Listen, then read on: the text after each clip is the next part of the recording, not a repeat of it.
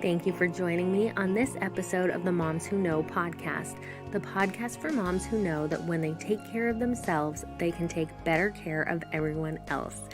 Today's podcast is an episode, it's a solo episode with me, and it's part of a virtual summit that I did for Women's Empire. And this was a really fun event to be a part of. There were lots of great speakers, and I was able to share on the topic of fortification. And I actually really kind of had a hard time writing this presentation and thinking about what does it mean to fortify. And what I came to is we are fortified when we have habits in our lives that strengthen us, when we have the right mindset that strengthens us, and when we get in regular self-care. And so those are some of the things that I cover on this topic of fortification. So I hope you enjoy. You might notice a little bit different audio sound today because it's a slightly different format, but enjoy the presentation. I believe that as women, each of us is being attacked on a number of fronts in a number of ways. Today, I want to talk about ways that we're being attacked as women and how we can fortify ourselves against future attacks. One common way that we're being attacked, and I think that most of us can relate to this, is by feeling that we are not enough. How often do we think that we're just not enough? We're not good enough, smart enough, thin enough, or beautiful enough. Looking at magazines or social media or watching TV can make us feel like we just don't measure up. Somehow everyone else has it together while we are barely holding on. And honestly, sometimes we don't even need to look outside of ourselves to feel like we're not enough. Our own thoughts and our own insecurities make us feel like that just fine on their own. We tell ourselves that we have to meet some standard to be enough. Our house has to look a certain way. We have to wear a certain size. We have to measure up, and we have to do things right to prove to ourselves that we are enough. I attended April Berze's business summit last November. She had asked us to wear all black, which I did, and I had driven in from California on a warm, sunny day to St. George, Utah, where the wind was blowing and it was very cold. We went outside to do an activity and I was freezing. The only coat that I had was green, but I put on my coat and we proceeded to do a learning exercise where we were in motion and allowing thoughts to come and our experience to teach us. But you know what my thoughts were? Oh man, I'm wearing a green coat. She was very specific about wearing all black. There are photographers and videographers here, and I'm gonna mess up the pictures. Should I take off my coat? But it's freezing out here, and I don't really want to be cold. Maybe I should ask her if she wants me to take off my coat. I hope she's not mad right now that I'm wearing green and messing up her pictures. I had these thoughts just circling around in my mind, and finally I realized I am missing this experience because I'm so worried that I'm making a mistake. I didn't bring the right color coat, so what? Only once I let this go was I able to learn from this experience. When we focus on our mistakes and our imperfections and the ways that we aren't enough or don't measure up, we miss it. We miss the experiences life has to offer because the fact of the matter is, you are enough. If you're wearing the wrong color coat, you're enough. If you yelled at your kids again, you're enough. If you didn't make dinner and you went through McDonald's, you are still enough. If you had to buy a bigger size of jeans, you're also enough. You aren't perfect, but you are enough. Do you know how I know? Your worth, your value, your enoughness is innate. You came to this world with it, and nothing can ever take it away from you. One of the challenges of being a human is fighting against the lies that tell you that you aren't enough. I host a podcast for moms and I talk to a lot of mothers every day. The most common thing I hear is that moms feel overwhelmed. They have so many responsibilities and they're trying to do it all, but it feels so hard. Somehow dinner has to get on the table every night. They have to take care of their kids' needs and try to clean their homes and clean their messes and drive kids to their activities and create magical moments, but they feel like they are drowning. I became a mom at age 25. I had 4 kids over the next 6 years, and I was tired, you guys. Someone was constantly sitting on me, needing me, crying for me. I was constantly stressed, and I felt like I never got a break. Even when I finally did have a moment by myself, it wasn't long enough. I started to get really cranky with my kids. I would have meltdowns where I would leave the room in tears and go lay down on my bed and cry. And I just thought, is this how motherhood is? Is it always going to be so hard? Maybe you have had similar experiences where you felt like life was attacking you. These were areas where I felt weak, places where life was attacking me and winning. But because of some of the things that I've learned, those weak places have gotten much stronger. So I want to tell you how I strengthened and fortified what used to be weak. But first I want to tell you a story. In the ancient Americas, there lived two groups of people who were enemies. The Lamanites wanted the Nephites' land, and they attacked over and over, battling for land and for power. There came a time of relative peace. The Lamanites weren't attacking, but the chief captain of the Nephites, a man named Moroni, knew that they would attack again. So while the leaders of the Lamanites were preparing their men for battle and rallying them to fight again and building up an army, Moroni was preparing his men to be attacked. He was fortifying their cities. He had walls of stone built that encircled the cities, and then around each city they dug deep ditches and built up large dirt walls. The only place you can get into the city was through one main entrance, and that was heavily guarded. But that wasn't all. So Moroni also gave his men armor. They had shields and helmets and breastplates. They had men on the lookout who were ready and waiting and watching for the Lamanites to come. And when they saw that the Lamanites were coming to attack, they stood at the entrance and they waited for their enemies to get closer. When the Lamanites approached, they saw all the fortifications that had been put around the city. They saw the men in their armor. They saw that there was only one in and one way out of the city, and that there were men there to meet them. And they were scared. So the leaders of the Lamanites came up with a plan. They knew the Nephite lands, and they knew that there was a certain city that had always been weak. In the past, they had easily been able to conquer that city because it was small and it was unprotected. So they left the city with its ditch and its walls and all its men, and they went to the city that had been so weak in the past. But that city, the one that had been the weakest of all, it wasn't just fortified like the other city. It was extra fortified. Moroni had put his best captain and his strongest men there. He had built up the walls for protection, and he had dug a deep ditch. And the Lamanites attacked the city, but they could only shoot their arrows through that one main entrance, and they were unable to make any progress, and they lost a lot of men trying to get in. And they returned to their own lands, and they were disappointed. They did not win the land. The Nephites had won by fortifying their cities and making them stronger than they had ever been before. We as women aren't being attacked by Lamanites with swords. The attacks on us are much more subtle. For women today, our worth is being attacked. It's attacked from many angles. And in many ways, an attack on your worth is much more debilitating than a physical attack.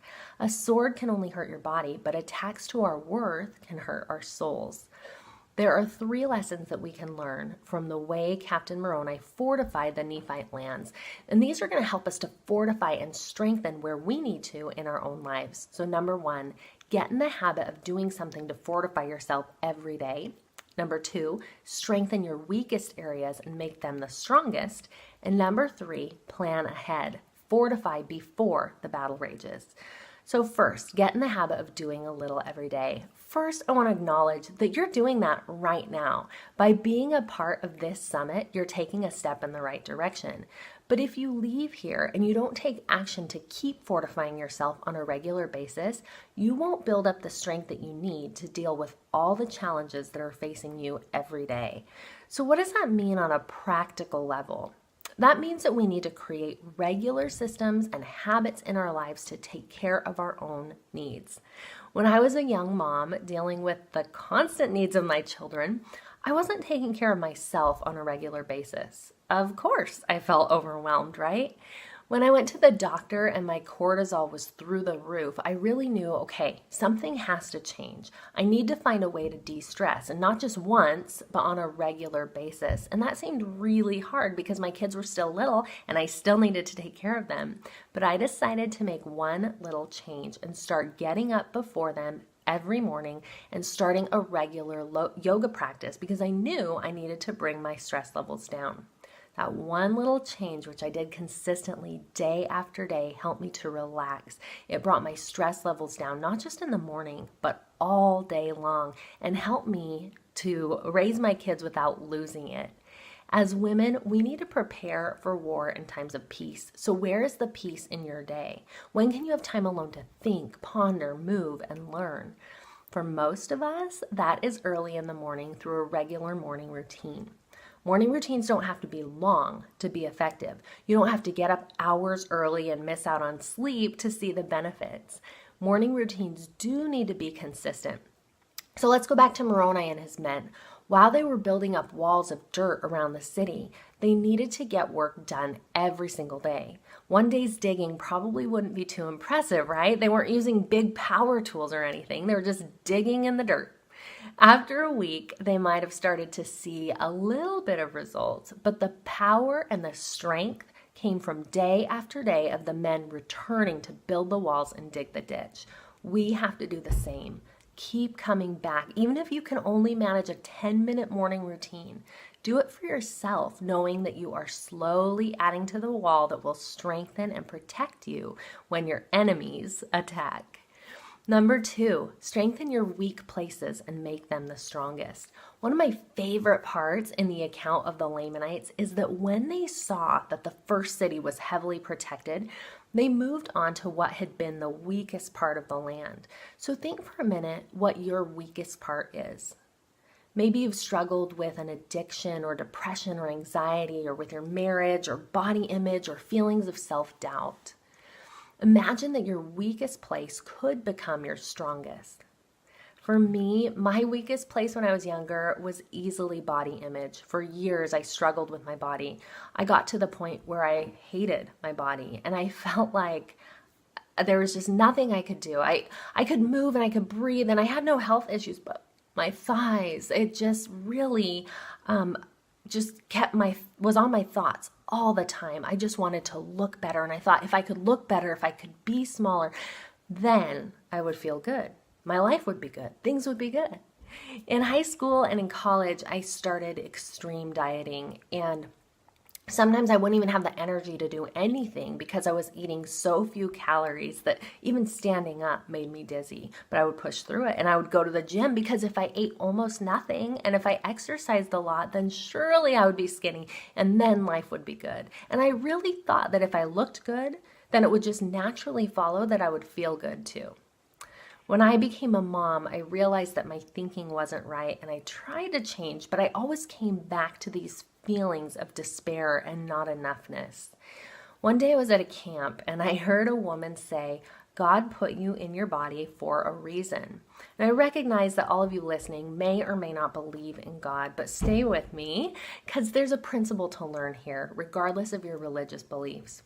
When I heard that, I felt something powerful. I do believe in God. I believe that He designed and gave me this body, and not just any random body, but this particular body.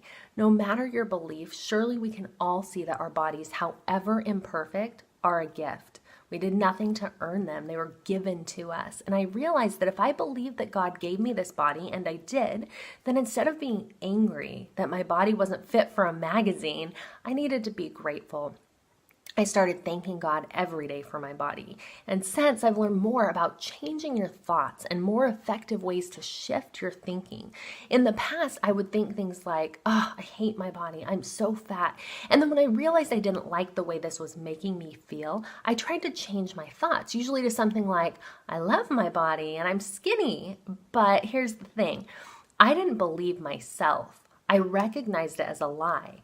Instead, when we want to change our thoughts, we need a bridge thought. And that's an upgraded thought that's true, but it makes us feel better. So my upgraded thought was, I am thankful for my body.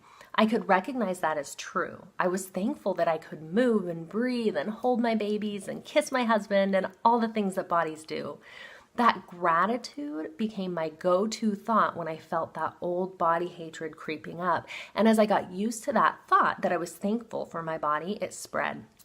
I started to be more thankful, and that gratitude grew to where today I can say and believe I love my body. Now, this might not be an issue that you deal with, but this same tactic can apply in any area that you need to fortify in your life. So maybe you need to upgrade your thoughts about your husband and your relationship with him. Maybe if you're frustrated about your business, it's not going the way that you want it to, instead of thinking something like, I'm a terrible business person, you could upgrade your thoughts to, I'm learning the skills that will make me amazing at business. Our weakest place is often our weakest place because of our thoughts. So when we learn to notice what we're thinking, we can create better, more powerful thoughts. Our more positive and helpful thoughts strengthen the places that used to be weak. I can honestly tell you that body image is not my weakest spot anymore. In fact, it's one of my strongest. I love and I'm so grateful for this body. And because I love it, I take care of it daily, not with shame about what I eat, but I choose to nourish myself with good foods. I exercise because I enjoy it and because I know my body enjoys it, and my body craves movement. So I don't want to punish my body into a smaller size. I want to reward my body just because I love it. This simple shift in my thoughts changed a weakness into a strength. So what is your weakest spot? Where do you need to fortify? When we talk about fortification and strengthening our weakest areas, we'll see a change if we focus on these two things, our habits and our thoughts. So number 3, fortify before the battle rages. So think of what would have happened if Moroni and his men had waited until they saw the Lamanites attacking before they started making preparations. They wouldn't have been able to build the walls or dig the ditch or get their armor ready or any of those things. As women, we too have to prepare for war in times of peace. So what does this mean for us? This means that you start where you are today. You don't wait for the new year or for next Monday or for your marriage to fall apart or for a call from the school that your kid's in trouble. You start right now by creating daily habits that will sustain you when life happens, because it happens for all of us. The storms, the attacks, the hard times, whatever you want to call them, they will come. And the only question is, will we be prepared when they do? On a really basic level, habits are the things we do every day. So there's a quote that I love. It says, success is a few simple disciplines practiced every day, while failure is simply a few errors in judgment repeated every day. Do you have habits in place that lead you to a successful life, whatever that means for you? Your habits are what will get you there. So think about that a little further. Whatever you want to do or be needs to become a habit in your life. It needs to be done consistently. If you want to be fit, you need to have a habit of exercise. If you want to be spiritual, you need to have a habit of prayer or meditation. If you want to be smart, you need to have a habit of learning. If you want to be kind, you need to have a habit of speaking kindly. The more we repeat our habits, those little small and simple things that we want to do, the more we become the people we want to be. So how are habits formed? When you're trying to establish a new habit in your life, start really small. Take whatever you want to do and break it down to its tiniest beginning. Because it's not about seeing progress in one day, it's about being consistent. You want to do something so small that it doesn't take motivation to do it. One tool I love to create a new habit is taught by B.J. Fogg. He's a researcher from Stanford University, and he teaches the tiny habits formula, which is simply this. To create a new habit, you need 3 things: a trigger, a habit, and a reward. So the trigger is something you're already doing. The habit is a tiny behavior. It's so tiny that you would do it without having a lot of motivation right at the moment. And then the reward is something immediate and simple that you give yourself right away. So for example, let's say you want to start a habit of drinking more water. Your trigger could be when you get your car keys in the morning, which is something that you're already doing, right? You add a new tiny habit. You grab a water bottle. And because you did that, you go, yes. And that's your reward. So that has all the elements: trigger, something you're already doing; tiny habit, it doesn't rely on motivation; and reward, which is a simple and easy thing to do. But you might notice you haven't actually drunk any water yet, right? Having that water with you, though, makes it easy to get your water in that day. It sets up your environment to do what you wanted to do anyway. Your tiny habit paves the way for your success. And because you're celebrating the fact that you're just taking the water bottle with you, you feel good. And when you feel good, you are more likely to keep riding that high, and in this case, to actually drink the water. So after a couple of weeks of that, you'll probably find that you're getting really good at bringing your water bottle with you every day, and it becomes really easy. You don't have to think about it anymore. It has become a habit. So when your habit is happening automatically like that, it might be time to add on. Maybe you add in filling up your water bottle every time you empty it.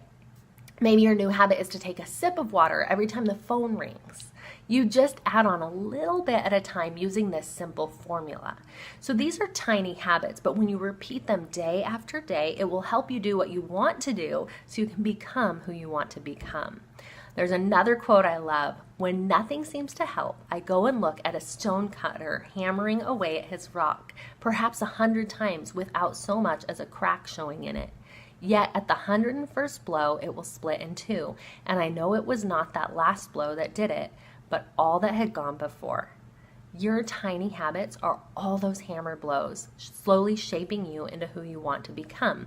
Like the Nephites building a wall, it takes consistency, it takes planning ahead, it takes working every day to prepare yourself so that you can withstand any enemies that come. When you get in the habit of doing something to fortify yourself every day, when you change your thoughts and when you make the things that are weak become stronger, then you are planning ahead and preparing before the battle begins. So to help you improve your thoughts and your habits, I want to invite you to listen to the Moms Who Know podcast. Every week I bring you inspiring content to help you make changes in your life, to see growth, and to get in daily self-care. As you work day by day to change your habits and to change your thoughts and to fortify yourself, it might sometimes seem like it doesn't matter. What will one day of yoga really do? I imagine that the Nephites digging the ditch and building the wall felt the same way. Progress in building, whether it's a wall or your life, is slow. You almost can't see it. But when we look back, we see that all along we were building something amazing, one tiny piece at a time. I hope I've said some things today that inspire you, but I also hope that this isn't the end, but just the beginning for you. Use the download that I've included to write down your next steps. What you hear today is only as powerful as you choose to make it. You get to choose. Will you take action so that what you're learning and hearing today actually makes a difference for you in your life? I hope you will. I hope you'll dig a little bit every day. I hope you'll make those tiny changes so that when the enemies come, you are strong and you are fortified. I hope you enjoyed and learned some things from that episode. So as a new thing, we started this just last week. We are now starting to have a discussion question. You can answer this discussion question on the Facebook group, so Moms Who Know podcast group on Facebook or on Instagram, or you're welcome to just answer it in your own mind or with someone that you're talking to. When we think beyond just listening to the podcast, but spend some time really thinking and applying it to our own lives, that is when the magic happens. And so I hope you will take these questions and use them as a jumping off point to really build on what you're hearing and build on what you're learning in the podcast. So today's question is, what are you doing to fortify or to strengthen yourself? What are some regular things that you do to strengthen yourself? So go ahead and answer that. I'd love to hear your answers on social media and give that some thought. Have a great day, and we will see you next week at Moms Who Know.